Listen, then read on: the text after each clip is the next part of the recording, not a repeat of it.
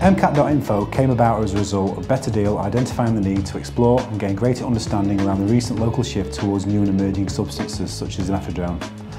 Following an increase in referrals and concerns surrounding these drugs, it became apparent there was a lack of quality information available around the culture, effects and potential risks that were facing young people experimenting with these drugs.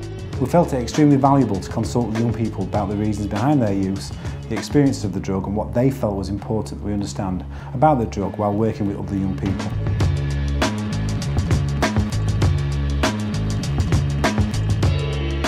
Why do I use it? Purely for the fact that it's cheaper than any other stimulants like MDMA and coke. I started taking it because it sounded good to do, but it wasn't, because everyone else around me were using it. So I thought I'd try it, and then I thought I'd only try it once, but I ended up taking it a lot more than once, and ended up like relying on it most weekends. It can be really intense. It's very cheap. And its effects are a lot more interesting than anything else. Well, it all started off, we were bored, and one of my mates just started offering it us, so we all just thought we'd take it once. And after we took it that once, you wanted to take it again. You wanted to take it again and again. It just got that good of a feeling. You said more a good time with your mates. Yeah, I can get 2 for 25, so it's even better for me, like some mates with a dealer. The effects for me are like being on MDMA and stuff like that, but it's a lot cheaper and it's a lot better buzz for its money. So. Well, I think firstly we have to say that, you know, drugs have always been popular since time zero. Drug use has been found in all cultures, in all times throughout history. So the bottom answer is that people like drugs. A lot of people are put off by the law though, and that's why they won't take them. And then, as we saw from the Mixmag survey, the second reason why people said they were most likely to take legal highs were that they weren't illegal. So it seems to have attracted a group of people into drug use who wouldn't have used drugs otherwise. Having said that, the research shows that most legal high users do actually appear to be illegal drug users who've just diversified into legal highs. On top of that, there is definitely a spread to other people, particularly in the student population who perhaps wouldn't have used drugs otherwise, but who are prepared to try legal highs because they think being legal that they couldn't be harmful. As we know, legal highs are in a legal loophole. They're not quality controlled. Yeah, we first became aware of methadone in summer 2009, and I think the first place we heard about it was an article in Mixmag. And it seemed intriguing to us because there was obviously something new going on, because it was legal, you know, and what was interesting to us was it was so easy to get hold of. People could just order it in the post, and that I'd never heard of that happening before, and that seemed quite intriguing. And it seemed very widespread immediately. Everyone was talking about it, and so it was very easy to get hold of, and it was very cheap. So suddenly, from out of nowhere, really, I'd never heard of methadone before then, but everyone was talking about it, so we thought we had to react to it, that something was clearly going on, and so we wanted to write an article about it. I'd say a lot of weed dealers will sell M-Cat alongside weed, and it's a regular thing. Like, it's one of the main drugs now, so it'd be very easy to get. The problem is getting the good stuff. I could walk out my door and in space of 10 minutes I could have it in my pocket. So do you think that, kind of like, you know, because of its cheapness and its availability, do you think it's sort of become more prevalent than other drugs? Do you think people are moving away from traditional drugs such as ecstasy, cocaine, towards M-Cat? Yeah, well, like I said, I went out on New Year's and I was using a bit of coke and stuff. And then when I got introduced to this new dealer, we started getting better quality M-Cat. I moved away, I did myself, I stopped using that and went more onto M-Cat. And purely for the fact that it's cheap, that everybody uses it, majority of people that I know use it, and some of them are younger than me. Do you know what I mean? I'm not proud to say it, but some of them are 14, 13. I mean, I know people in year 7 even to have a sniff, purely for the fact that it's 15, 20 quid. It's only like going out and getting a bag of weed to some kids. It's easy and available as that, so everybody's using it. There's that much money involved in it. No one sells coke or weed or anything like that no more. They sell M-Cat because it's fast and it earns you money quick. Yeah. But you've always got downfall to quick money. That's what they always say. Yeah. Do you think it's changed then? Do you think people have moved away from old drugs like cocaine, E, things like that? They've moved away from all of them. Why do you think that is? it's just that new thing, innit? That's what it is, and it's that widely spread. It's obviously easily made. So, I mean, I don't know where it comes from. I don't know if it's made in England, our country, or like that. So, no one knows enough about it. To be honest with you, I think they should test it and see what it's like, see what's actually in it, because I know people who've been staying up 13 days without having no to eat and just having M-Cat. And you know, not having no problems from it. So I can't see how your body could withstand that. The information suggests it's coming from China and India and backstreet laboratories out there, and that obviously causes us other concerns, because if these are obviously being developed in countries such as that, they're not guided by the same health and safety laws that we are, and obviously it's an illegal drug anyway, but we're not aware what it's been cut with. Such drugs as amphetamine and ecstasy and heroin, they've been about for many years, and they've had studies done, and people understand now what's in them and what side effects they cause. Methadone is brand new. Yeah, it's been out for a number of years now, and it was only put on the Misuse of Drugs Act in 2010, but we still haven't had the opportunity to study it long term, and that's one of the massive issues. So this drug that's been made in China and India, we have no idea what's in it, what it's been cut with, what the long-term side effects are. So that is, again, another worry, not just for the police, but the drugs intervention projects, the health service, everyone that's going to feel the after effects of that. Where do you tend to use it? Is there any particular setting that you use? Is it got like a scene attached to it, or is it just something you use anywhere? A lot of people use it when they go out and stuff, recreational weekend or whatever. That's how it should be, and a lot of people do it as a session with their mates. But there's some people, like myself and my friend, like a couple of friends that I've got, that sit at home in the bedroom sniffing it, like for example, I'll go and pick it up at 11 o'clock in the morning. I've been on it all night, and I'll go and get some more at 11 in the morning. It's just, they start using it in an everyday routine rather than becoming just a weekend thing. It takes over your life, and it's really easy to start sniffing it, because when you're under influence, all you think about is getting that bag. I mean, I've known to spend, what, 70, 80 quid in a day just getting a few bags of that, but you only intend to get one, but it's moreish. At friends' houses, parties, anywhere really, anywhere you could. And is it really sort of prevalent around the area you live? Yeah. People are really like take it every day really, and they're like getting dependent on it, like want you to borrow them money to give it them, so they can get it and that. So would you think that you build up a tolerance quite quickly to it? And, definitely. Yeah. Because a lot of people do tell us it's quite moreish and you get a lot of cravings. It's like all you think about really when you ain't got it, and you just want it all the time. The experience of myself in relation to the culture surrounding the drug is very much localised. I'm aware of a bigger picture and understand how it's used in clubs and that throughout the country. But regionally, where I'm seeing it is people that are generally unemployed, that are using methadone and cannabis as well. They're youngsters, and by youngsters I'll say from age generally about the age of 16 to 22, although I have seen people as young as 12-year-olds using the drug. The majority of people are males that we're stopping, and obviously through the warrants that have been found with the drug.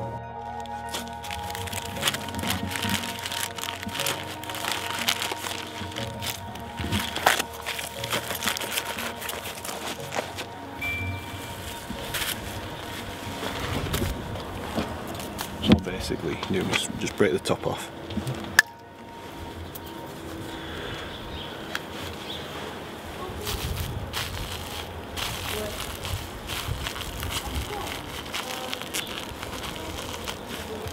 It does obviously look very sugary in consistency, this, but obviously so does M-Cat. Put the lid on. Just. It should go what, blue? Yeah, it should. I mean, you see the colour that's on there now, a bit turquoisey bluey, like the. But it takes a couple of minutes to do, so that's obviously a positive. If it's a negative, it would probably say that light greeny colour. I don't think young people are particularly aware of what types of drugs they're taking when they're taking legal highs. I think I'd actually go further and say a lot of so-called experts don't really know what drugs young people are taking. Now, this is for a number of reasons, mostly because when young people access and buy drugs, they're relying on the information provided to them by dealers or friends and websites, and quite often those parties don't actually know what these drugs are. They're just supplying them with a generic white powder. So it could be a legal drug, a brand new legal drug, or in fact it could actually be an illegal drug being sold as a legal product. So it's really difficult to know, particularly in terms of what the effects of those powders might be, because nobody really knows what they are. Sort of look the same all the time? Do you know what you're buying? Does it quite often look different? Are you sometimes unsure of what substance it is you're getting? Yeah, it changes all the time. Like I said, I bought some this week. Some of it's been shards, some of it looks like talc, some of it's been bashed. Obviously crystals that have been crushed down to nothing. I mean, like, I'm not proud of it, but today I'm probably going to go and have a look at some that's in rock form, which is, well, I had a look at it night before, a couple of nights ago, and it just looks like little crack rocks, just crystals. You know, and I've seen some that looks yellow. I mean, some of it looks like rice. I know, the varieties are endless. You'll notice the smell anywhere. It smells like M-Cat. I can't compare it to anything else really. It smells like M-Cat. And does it always smell the same? Yes, always the same, distinctly, unless it's cooked with something. And the taste is very strong chemically. It's not as bad as, say, MDMA, where it's a real chemical, where it's more like you can learn to love it eventually. Me personally, me and my mates think, like we've smelt it, you know when we've been using notes to sniff off, when you put them back in your wallet, after a couple of days or whatever, if you haven't used your notes and they start to warm up in sun or whatever, or your body, it starts to smell like piss. That's what we think, it's got like that smell to it. Yeah, like an ammonia smell to it. But the taste of it, it's like fat. Like if you lick you know when you lick a bag of fat or something like that, afterwards it tastes like that. But it's not as bitter as that, but it's got a bit of a salty taste to it as well. Sometimes it'd have big crystals in, sometimes it'd already be crushed. Different all the time, really. So did it ever worry you with its changing appearance, that, you know, perhaps you might not be taking the same thing each time? Yeah, because sometimes crystals were like really, really big, and I get it other times and they'd be in little shards, and sometimes it looked like glass, so I didn't really know. Yeah, so you weren't really sure what you were taking? No. Did that not worry you at all? Not at the time, it didn't know, but thinking about it now, it does. I really don't think people are aware of what they're taking, and the reason being is what I spoke about earlier. The drug is coming from places in the world which will use anything to try and make a quick dollar. The chemical structure is being altered ever so slightly. It's not been tested, it's not been studied. People do not realise that the thing that they're taking is M-Cat, and that can be seen probably from the deals that they get from week to week, how the appearance of the drug differs. 1 minute it might be very shardy in appearance, the next minute it might be powdery, and that begs the question, why is that? And people that are using the drug should be really looking at what difference it is from week to week, and asking themselves questions. Well, how can it look like that 1 week and look like this the next week? Surely that's not right. When we did it, we just like, we class it as rushing, and you felt really good in your sen and happy, and you looked like you loved everybody. So everything what you were doing were just good. Lasted an hour, 2 hours, if not longer. It's like, well, it depends on strongness again. You could have it, some you could have 5 minutes later, you want another, or some you could wait.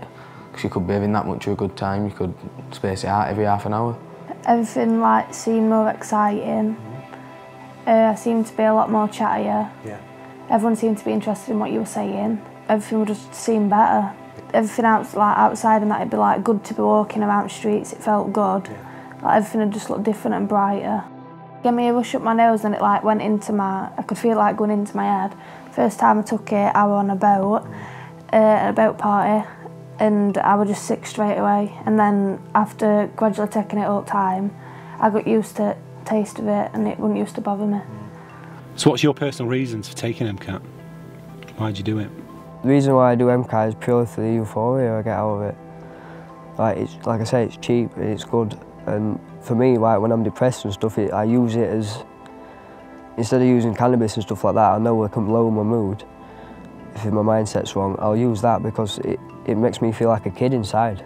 It gives me a buzz like MDMA does, but it's cheap.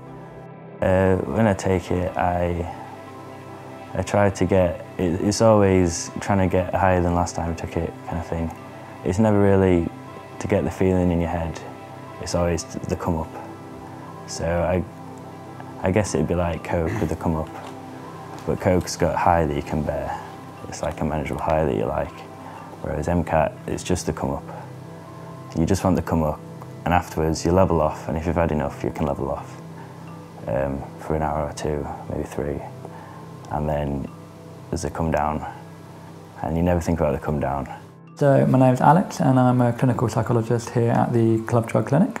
It's a new clinic that launched last year, and it deals just with club drugs. So by this we mean things like crystal meth, ketamine, ecstasy, methadone, GHB, ketamine, all these kind of stimulant drugs are used quite a lot these days. Now, traditionally services have really focused on heroin, crack cocaine and alcohol, and they're really good at working with those, but they've not been geared up for these new and emerging drugs that are on the scene, so that's why the clinic was set up. It's really interesting, it's changed quite a lot, even just the time that we've been open for the past couple of years. Now, traditionally, kind of people were using methadone, they were snorting it or they're kind of taking a tablet form, but we're seeing a big rise in the number of people who are injecting it now, and that comes with particular risks. One, from the injecting process, so risk of kind of contaminated needles, risk of HIV, Hep C, other bloodborne viruses, but also it means the effects of methadone are a lot